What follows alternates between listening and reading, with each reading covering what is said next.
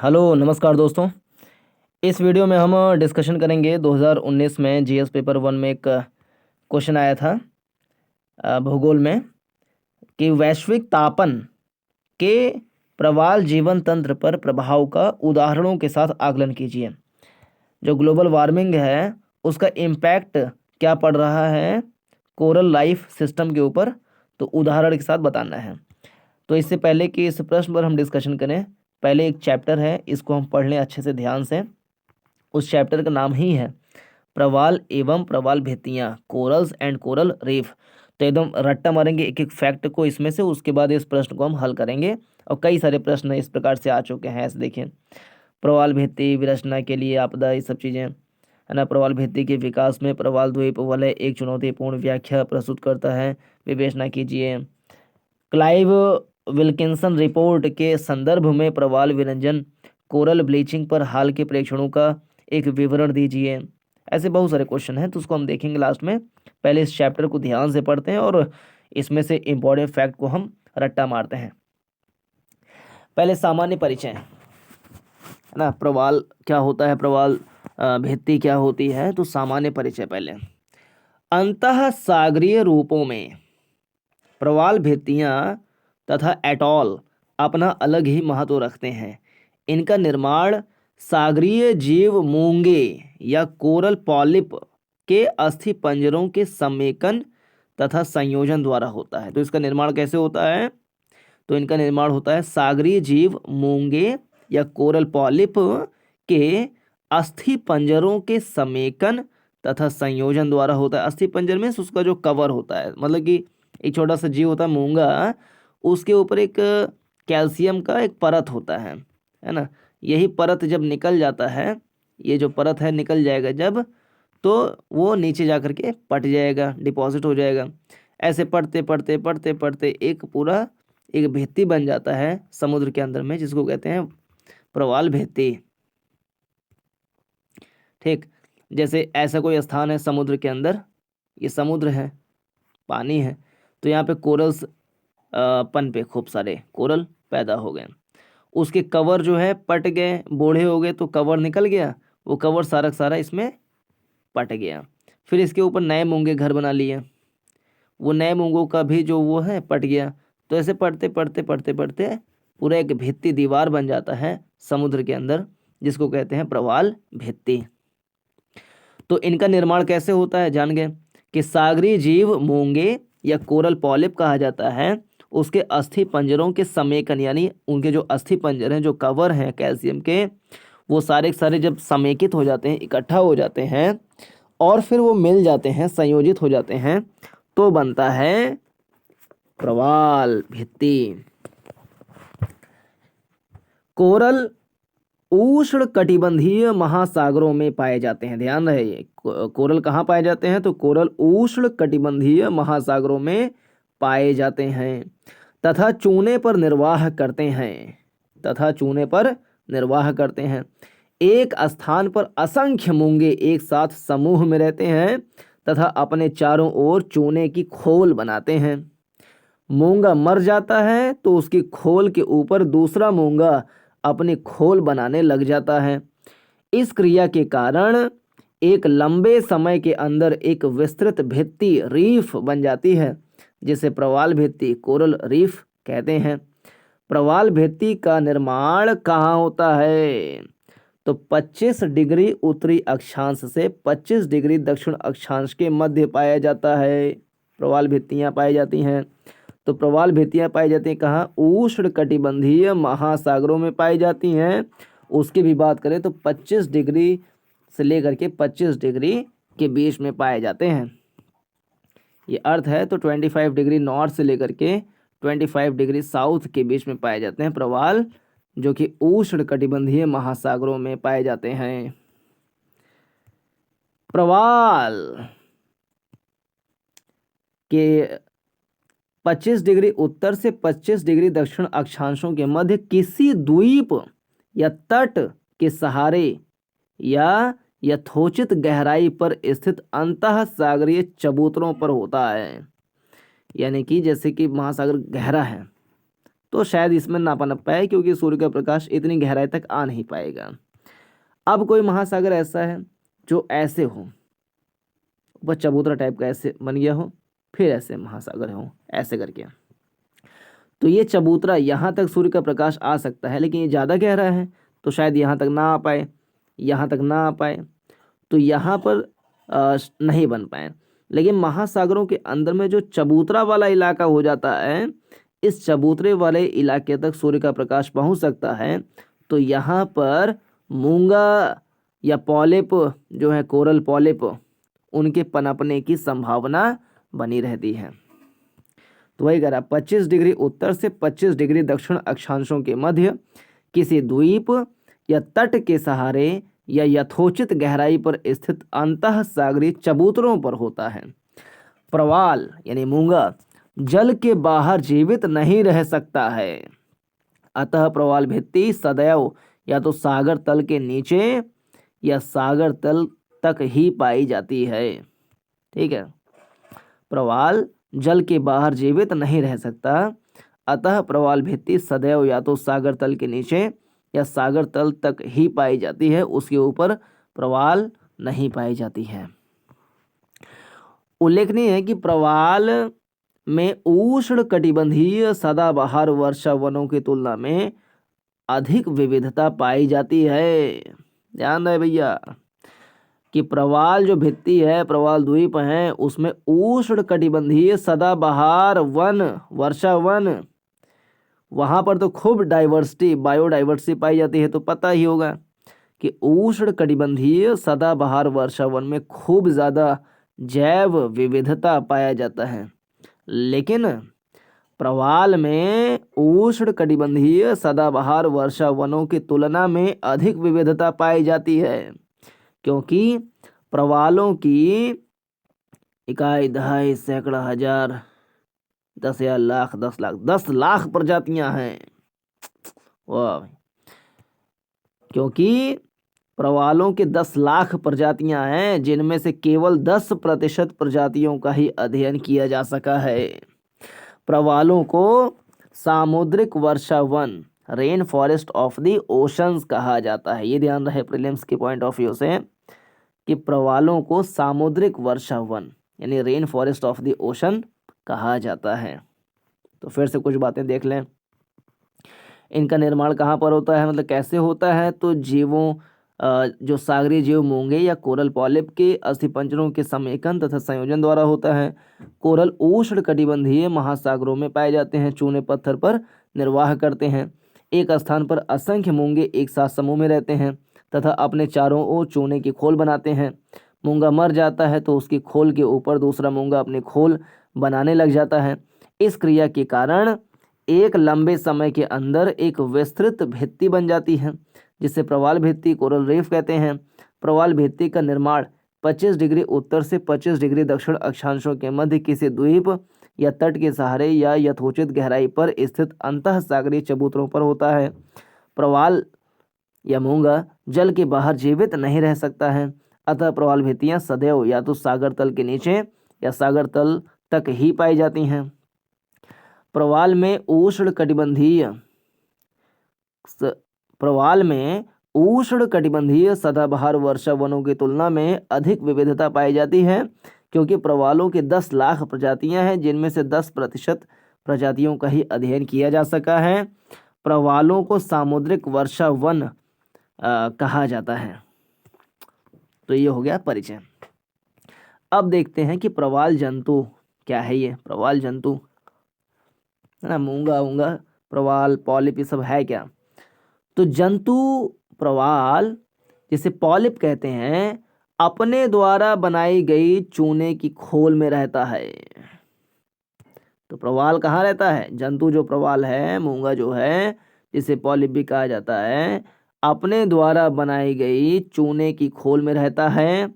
इसके शरीर के बाहरी तंतुओं में एक प्रकार की पादप शैवाल रहती है, जिसे जुक्सान्थलाई एल्गी कहते हैं। जूजेंथला हम कह लें इसको, जूजेंथला एल्गी रहती है। इसको हम समझाते हैं थोड़ा सा। एक जंतु है, छोटा सा 2 सेंटीमीटर का जंतु है, जिसको कहते हैं प्रवाल या पॉलिप या मूंगा।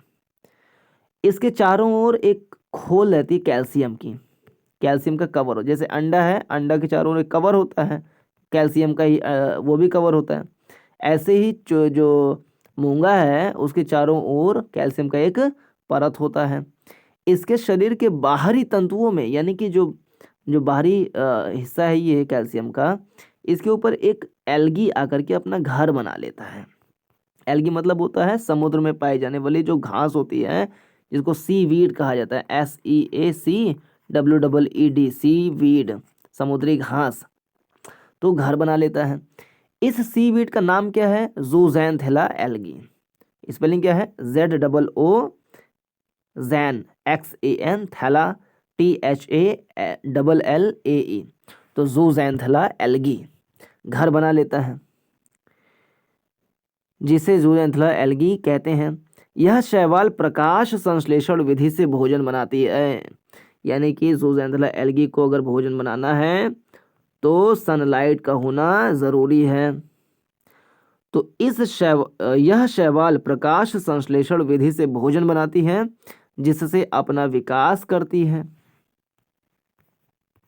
जिससे अपना विकास करती है, तथा संबंधित प्रवाल जिसके शरीर में वह वासित है कि सकल भोजन मांग के 60% भाग की आपूर्ति करती है। ठीक है, यानी जिस कोरल के ऊपर उसने घर बनाया था ज़ूज़ैंथेला एल्गी ने, इस मूंगा को भी तो खाना चाहिए। तो वही कह रहा है कि जिस मूंगा के ऊपर रहती है संबंधित प्रवाल जिसके शरीर में वह वासित है कि सकल भोजन मांग के 60% भाग की आपूर्ति करती है, ये एल्गी। इसको जितना खाना चाहिए उसका 60% खाना देती है एल्गी। तो एल्गी को ये क्या देता है? ये देता है एल्गी को आवास कि भैया मेरे ऊपर तुम एल्गी जम जाओ, मेरे ऊपर प्रकाश संश्लेषण करके खाना बनाओ। तो कहेगा ठीक है, रेंट क्या लोगे? तो कहेगा 60% खाना मुझको दे देना, रेंट हो जाएगा। तो ये है रेंट।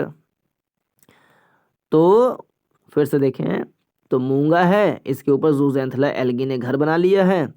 ज़ूज़ैंथेला इस एल्गी को क्या दे दिया? आवास दे दिया, और ये बदले में जो एल्गी है इसको भोजन दे दी, और जितना इसको भोजन का रिक्वायरमेंट होता है उस भोजन के रिक्वायरमेंट का 60% भोजन देती है ज़ूज़ैंथेला एल्गी, स्वयं दे देती है। बाकी प्रवाल शेष 40% आहार की अपने मुंह के टेंटिकल्स द्वारा छोटे छोटे जंतु प्लैंकटन का शिकार करके आपूर्ति करते हैं। देखो बड़ा क्या समझा रही है कि 60% जो भोजन का मांग है प्रवाल को, वो ज़ूज़ैंथेला एल्गी ही दे देती है। जो शेष 40% आहार है, तो प्रवाल शेष 40% आहार की अपने मुंह के टेंटिकल्स द्वारा छोटे छोटे जंतु प्लैंकटन का शिकार करके आपूर्ति करते हैं। फिर से, प्रवाल शेष 40% आहार की अपने मुंह के टेंटिकल्स द्वारा छोटे छोटे जंतु प्लैंकटन का शिकार करके आपूर्ति करते हैं। तो मुंह में टेंटिकल्स होते हैं, तो उसके द्वारा वो छोटे छोटे जंतु प्लैंकटन का शिकार करके अपने शेष 40% का भोजन ग्रहण कर लेते हैं। जो प्रवाल हैं, या पॉलिप कहा जाता है, या मूंगा हम कह लें उसको, करते हैं। जब सागरीय तापमान में वृद्धि हो जाती है तो प्रवाल इन शैवालों को, देखिए ध्यान से, जब सागरीय तापमान में वृद्धि हो जाती है, जब समुद्र का तापमान बढ़ जाता है, तो प्रवाल इन शैवालों को अपने शरीर से निष्कासित कर देते हैं। परिणाम स्वरूप प्रवालों को आहार नहीं मिल पाता है तथा वे मर जाते हैं। शैवाल के निकल जाने के कारण प्रवाल श्वेत रंग के हो जाते हैं, इसे प्रवाल विरंजन कहते हैं। फिर से बड़ा बढ़िया डेफिनेशन है यहाँ पर तो प्रवाल विरंजन का। जब सागरीय तापमान में वृद्धि हो जाती है, समुद्र का टेम्परेचर बढ़ जाता है, तो प्रवाल इन शैवालों को, किन शैवालों को, ज़ूज़ैंथेला एल्गी को अपने शरीर से निष्कासित कर देते हैं कि जाओ टेम्परेचर बढ़ गया है, जाओ यहाँ से। तो चली जाती है नाराज होकर के। तो परिणाम स्वरूप प्रवालों को आहार नहीं मिल पाता है, क्योंकि प्रवालों को जितना आहार चाहिए उसका 60% आहार यही देते हैं, ज़ूज़ैंथेला एल्गी, ये चले गए हैं। तो प्रवालों को आहार नहीं मिल पाता है तथा वे मर जाते हैं। शैवाल के निकल जाने के कारण प्रवाल श्वेत रंग के हो जाते हैं, इसके मतलब वाइट कलर के हो जाते हैं, इसके पहले वो कलरफुल होते थे। इसे प्रवाल विरंजन यानी कि प्रवाल का रंग उड़ जाना, कोरल ब्लीचिंग हो जाना कहते हैं। यह है डेफिनेशन कोरल ब्लीचिंग का। अब प्रवाल किसी क्षेत्र में कैसे विकसित होंगे, उसके लिए क्या क्या दशाएं चाहिए, बड़ा इंपॉर्टेंट टॉपिक है कि कौन कौन सी स्थितियां हों जिससे कि प्रवाल भित्तियों का निर्माण हो सके, प्रवाल का विकास हो सके। तो यहाँ पॉइंट दिए गए हैं। प्रवाल मुख्य रूप से उष्णकटिबंधीय महासागरों में पाए जाते हैं, क्योंकि इनको जीवित रहने के लिए उच्च तापक्रम आवश्यक होता है। कम से कम 20-21 डिग्री सेंटीग्रेड तापमान होना चाहिए। परंतु स्मरणीय है कि प्रवाल न तो अति उष्ण जल और न अति ठंडे जल में पनप पाते हैं, यानी जहाँ का एवरेज टेम्परेचर 20-21 डिग्री सेंटीग्रेड हो तो वहाँ पर रह सकते हैं।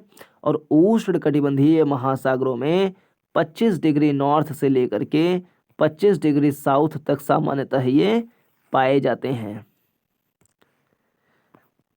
दूसरा, तो पहला हो गया तापमान क्या चाहिए, तो उष्णकटिबंधीय महासागरों में 25 डिग्री उत्तरी अक्षांश से लेकर के 25 डिग्री दक्षिणी अक्षांश के बीच में उन स्थानों पर पाए जाते हैं जो तट के पास हो या द्वीप के पास हो, जिसका जो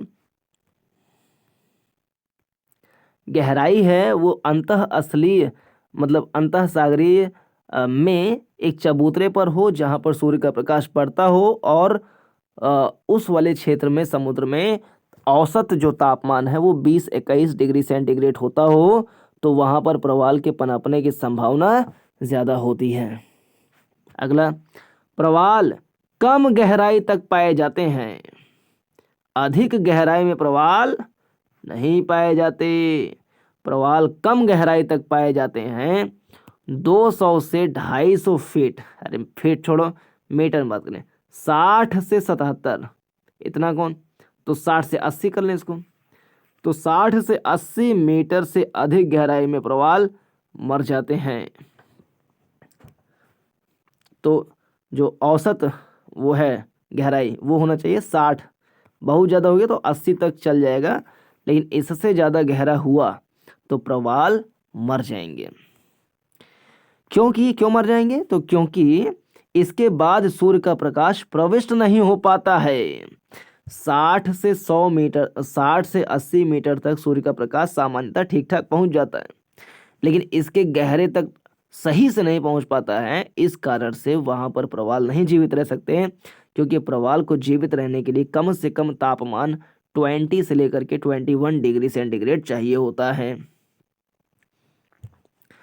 और फिर से देखें, प्रवाल कम गहराई तक पाए जाते हैं, 60 से 80 मीटर से अधिक गहराई में प्रवाल मर जाते हैं, क्योंकि इसके बाद सूर्य प्रकाश प्रविष्ट नहीं हो पाता है और प्रवाल के लिए यथोचित ऑक्सीजन नहीं मिल पाती है। MS लैंड तथा JE हॉफमिस्टर के अनुसार प्रवाल 60 से 91 मीटर तक गहराई तक पाए जाते हैं, मतलब वही 60 से 80-90 गहराई तक पाए जाते हैं। गार्डिनर ने 213 से 320 मीटर की गहराई तक प्रवालों को जीवित पाया है। अब अलग अलग मत हैं, मोटी मोटा हम कह लें 60 से लेकर के 80 तक, कुछ लोग कहते हैं 60 से लेकर 90 तक, कुछ लोग कहते हैं 200 से लेकर के 200 से 300 तक पाए जाते हैं। तो अलग अलग मत है, सामान्यतः हम मत मान लें कि बहुत ज़्यादा मोटी मोटा 60 से 80 मीटर की गहराई तक पाए जाते हैं, बस उससे ज़्यादा गहराई में सही प्रकार से सूर्य का प्रकाश नहीं पहुंच पाता है। सूर्य का प्रकाश सही प्रकार से नहीं पहुंचेगा तो ज़ूज़ैंथला एल्गी जो सूर्य के प्रकाश संश्लेषण से ही भोजन बनाती है, उसको प्रकाश मिलेगा नहीं तो भोजन बना नहीं पाएगी। जब ज़ूज़ैंथला एल्गी भोजन बना नहीं पाएगी तो वो अपना भोजन प्रवालों को नहीं दे पाएगी, क्योंकि ज़ूज़ैंथला एल्गी प्रवालों के ऊपर ही पाए जाते हैं और प्रवालों के कुल भोजन की मांग का 60% ज़ूज़ैंथला एल्गी ही देते हैं। बाकी 40% जो भोजन की मांग है प्रवालों को, वो उनके मुंह में टेंटिकल्स होता है, जिससे वो जंतु प्लैंकटन को पकड़ करके खाते हैं। तो भैया उतनी गहराई तक सूर्य का प्रकाश पहुंचेगा नहीं तो प्रकाश संश्लेषण करके ज़ूज़ैंथला एल्गी भोजन बना नहीं पाएंगी। भोजन बना नहीं पाएंगी तो भोजन देंगी कैसे? जब भोजन दे नहीं पाएंगी तो प्रवाल जिएंगे कैसे? क्योंकि प्रवाल की कुल भोजन मांग का 60% ज़ूज़ैंथला एल्गी ही देते हैं। तो वही बात कर रहे हैं यहाँ पर। अगला, प्रवाल के विकास के लिए स्वच्छ जल, भैया पानी स्वच्छ होना चाहिए, अवसाद मुक्त होना चाहिए, क्योंकि अवसादों के कारण प्रवाल का मुख बंद हो जाता है और वह मर जाते हैं। प्रवाल ऐसे है, मुंह खोला हुआ है, इसे मुंह बाया हुआ है, इसे मुंह बाया हुआ है। अगर गंदा पानी गया इसके अंदर, अवसाद युक्त पानी गया, डर्टी वाटर गया, गंदगी गई इसके मुंह से अंदर गया तो मर जाएगा ये। अब मर जाएगा तो मर गया, तो जिएगा कैसे फिर? तो प्रवाल के विकास के लिए भैया स्वच्छ जल चाहिए, क्योंकि अवसादों के कारण प्रवाल का मुख बंद हो जाता है और वह मर जाते हैं। स्मरणीय है कि जहाँ पर अवसाद का जल के साथ मिश्रण है ना, जहाँ पर अवसाद माने गंदगी का जल के साथ मिक्सचर नियमित रूप में होता रहता है, वहाँ पर प्रवाल का विकास हो सकता है, हो सकता है।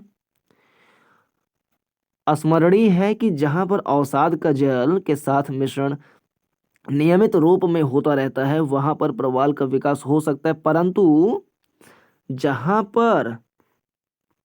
पर अचानक अवसाद लाया जाता है और जल गंदला हो जाता है तो वहाँ पर प्रवाल मर जाते हैं। अगला, अत्यधिक सागरीय लवणता, सैलिनिटी, खूब ज़्यादा खारापन हो जाएगा समुद्र में तो भी प्रवाल जी नहीं सकते। तो अत्यधिक सागरीय लवणता सैलिनिटी प्रवाल के विकास के लिए हानिकर होती हैं, क्योंकि इसमें चूने के कार्बोनेट की कमी होती है, जबकि चूना प्रवाल का प्रमुख भोजन है। प्रवाल के समुचित विकास के लिए औसत सागरीय लवणता 27 से 30 होना चाहिए। ये जो सिंबल है, ये सिंबल है सैलिनिटी का, मतलब ये जो सिंबल ऐसे हम बनाते हैं, ये सिंबल है सैलिनिटी का।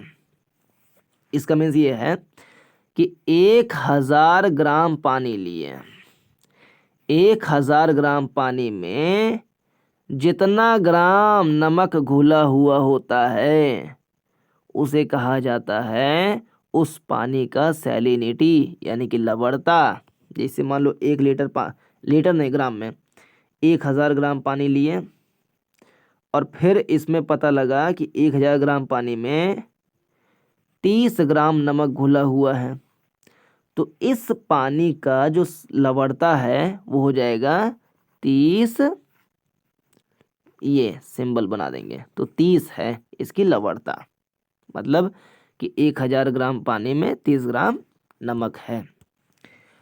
तो सैलिनिटी, अगर प्रवाल को जीवित रहना है तो सैलिनिटी औसत सागरीय लवणता क्या होनी चाहिए? 27 से 30 होनी चाहिए। तो टेम्परेचर होना चाहिए 20 से 21 डिग्री सेंटीग्रेड, गहराई होना चाहिए 60 से 80 मीटर तक और लवणता होनी चाहिए 27 से 30 तक। और अक्षांश होना चाहिए 25 डिग्री अक्षांश से 25 उत्तरी से 25 डिग्री दक्षिणी अक्षांश तक होना चाहिए।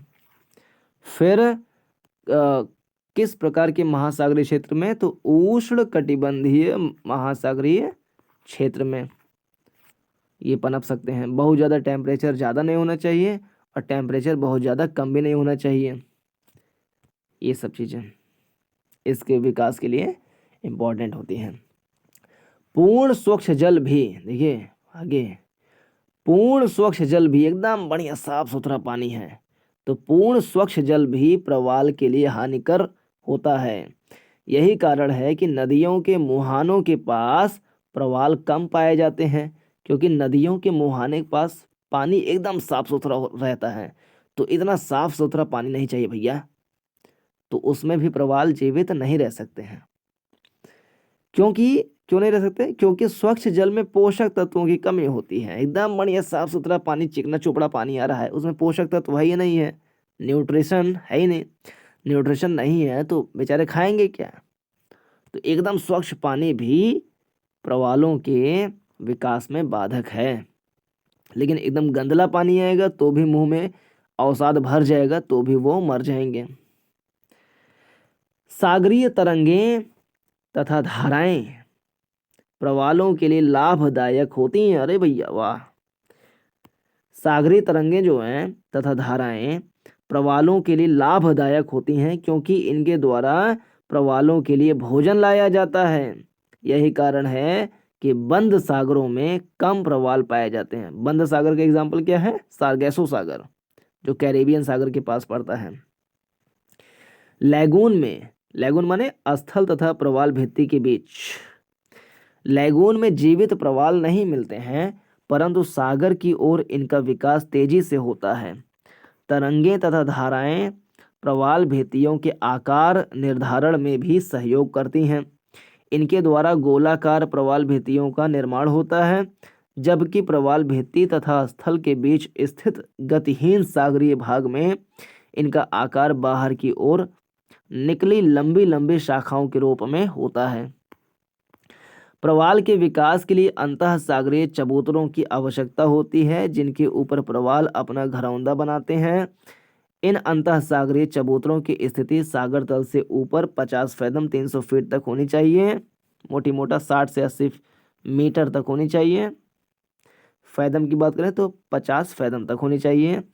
इन चबूतरों पर प्रवाल का विकास दो रूपों में होता है।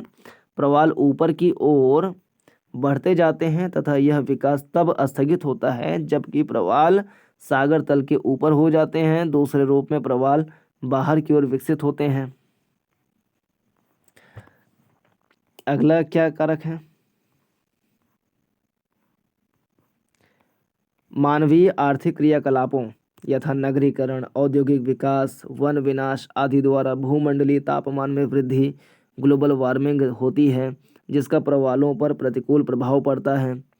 दीर्घकालिक जलवायु परिवर्तन का प्रवालों पर अत्यधिक प्रतिकूल प्रभाव पड़ता है, क्योंकि प्रवाल जलवायु परिवर्तन के साथ अपना अनुकूलन तथा समायोजन नहीं कर पाने के कारण मर जाते हैं।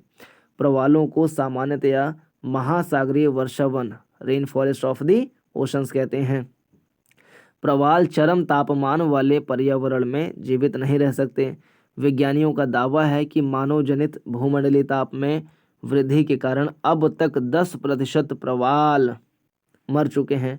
डाउन टू अर्थ पत्रिका 1999 में प्रकाशित एक रिपोर्ट के अनुसार विश्व के प्रवालों के 30% प्रवाल नाजुक स्थिति क्रिटिकल कंडीशन तथा 30% प्रवाल विषम पर्यावरणीय दशाओं के कारण खतरे की स्थिति में है।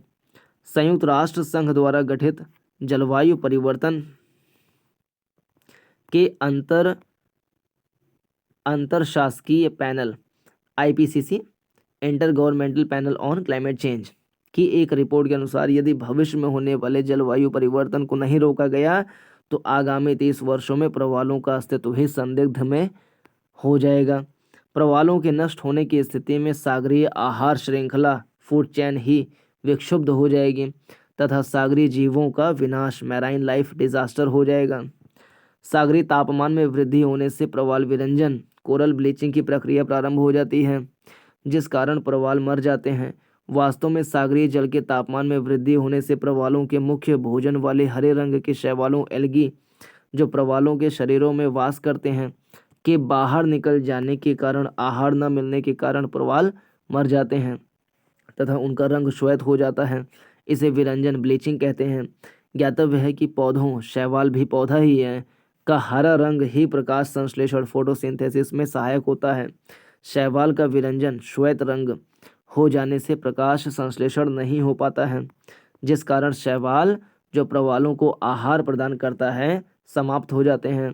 परिणाम स्वरूप भोजन की आपूर्ति के अभाव में प्रवाल मर जाते हैं। इस प्रक्रिया को प्रवाल विरंजन कहते हैं। Global coral reef monitoring network के क्लाइव विल्किंसन के अनुसार 1998 में हिंद महासागर में पश्चिमी एशिया, पूर्वी अफ्रीका, दक्षिण पूर्व तथा पूर्वी एशिया के तटों के पास पूर्वी प्रशांत महासागर, कैरेबियन सागर तथा अटलांटिक महासागर में ग्लोबल वार्मिंग के कारण प्रवाल विरंजन होने से प्रवालों की व्यापक स्तर पर मृत्यु हो गई। हिंद महासागर के प्रवालों पर सबसे अधिक बुरा प्रभाव पड़ा है, क्योंकि केन्या, मालदीव, लक्षद्वीप, अंडमान के पास 70% प्रवाल नष्ट हो गए हैं। अध्ययनों से पता चला है कि जब महासागरीय जल का तापमान सामान्य से 1 डिग्री सेंटीग्रेड से अधिक हो जाता है तो प्रवाल विरंजन प्रारंभ हो जाता है। 1998 में हिंद महासागर का तापमान औसत से 202 डिग्री सेंटीग्रेड अधिक हो गया था। एल नीनो घटना को भी प्रवाल विरंजन का प्रमुख कारण बताया गया है। 1997-98 में एल नीनो का प्रभाव बहुत अधिक हो गया था, जिस कारण प्रवालों का विरंजन बड़े पैमाने पर हो गया। भूमंडलीय ताप वृद्धि के अलावा मानव द्वारा स्थानीय स्तर से प्रादेशिक स्तर पर महासागरीय जल में किए जा रहे प्रदूषण द्वारा भी प्रवाल मर जाते हैं। यथा स्थलीय भागों से अत्यधिक मात्रा में अवसादों, वन विनाश के कारण, मृदा क्षरण के कारण अधिकाधिक मात्रा में अवसाद नदियों द्वारा सागरों में लाए जाते हैं का सागरों में पहुंचना, औद्योगिक क्षेत्रों के कचरों एवं अपशिष्ट जल एफ्लुएंट्स, नगरों से निकले कचरों तथा मल जल का सागरों में विसर्जन, आवश्यकता से अधिक मछलियों का पकड़ना, सागरीय वनों का सफाया तथा निम्न स्तर क्षेत्रों वेटलैंड्स तथा निम्न स्तर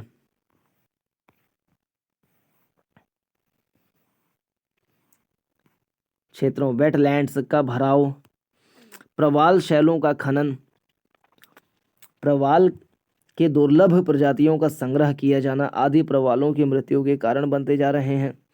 अभिनव अध्ययनों से पता चला है कि वर्तमान समय में विश्व के 58% प्रवाल संकटापन्न स्थिति थ्रेटेंड कंडीशन में है, डाउन टू अर्थ 1999 के अनुसार। अब प्रवाल भित्ति के प्रकार कौन कौन से इसको देखेंगे अन्य वीडियो में। बाकी ये जो क्वेश्चन है इसको भी हम अगले वीडियो में ही पूरा अध्ययन करेंगे। तो यहाँ तक देखने के लिए बहुत बहुत धन्यवाद। नमस्कार, जय हिंद।